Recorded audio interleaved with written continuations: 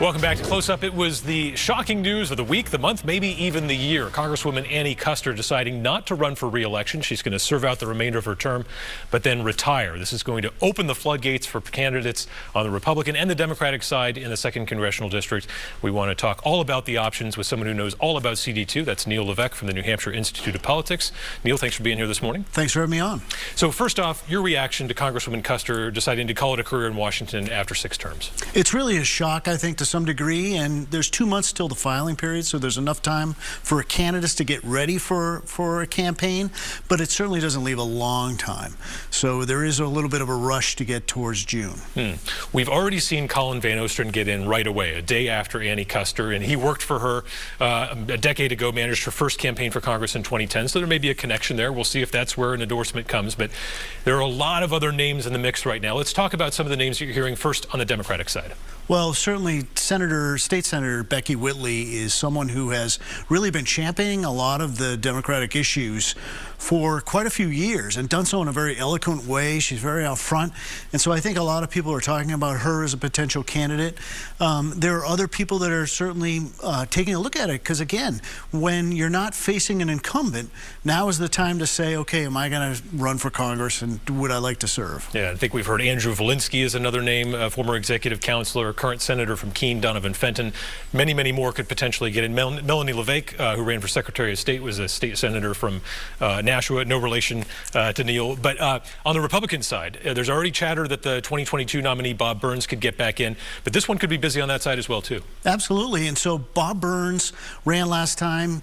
He's very affiliated with former President Trump, so if you got a Trump endorsement, would that mean that you could win a primary very easily? And he certainly has name recognition.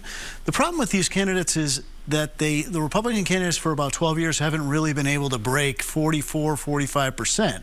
And so the Democrats have a certain advantage in the district. And because of that, a lot of people say, well, you know, this is going to be a tough race for whoever wins the Republican nomination.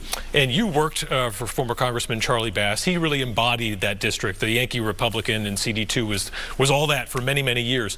How have you seen the district change over the years? In particular, you know, we see rural areas getting redder and sort of Trumpier, if you will. But on the Democratic side, from the primary perspective, this is the territory that Bernie Sanders cleaned up in 2 presidential primaries. Well, if you take the 2 congressional districts in New Hampshire, the 2nd congressional district, which we're talking about, is certainly the more Democratic district. You've got places like Hanover, which are overwhelmingly Democratic.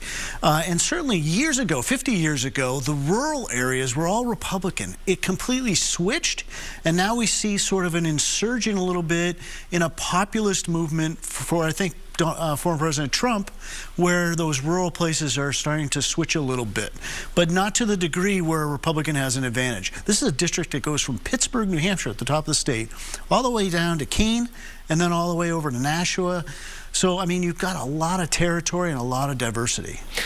In the Democratic race, you know, obviously the Shaheen playbook has been part of New Hampshire politics for a while now, sort of run to the center, you know, make sure you can capture those independent voters, maybe even a few centrist Republicans.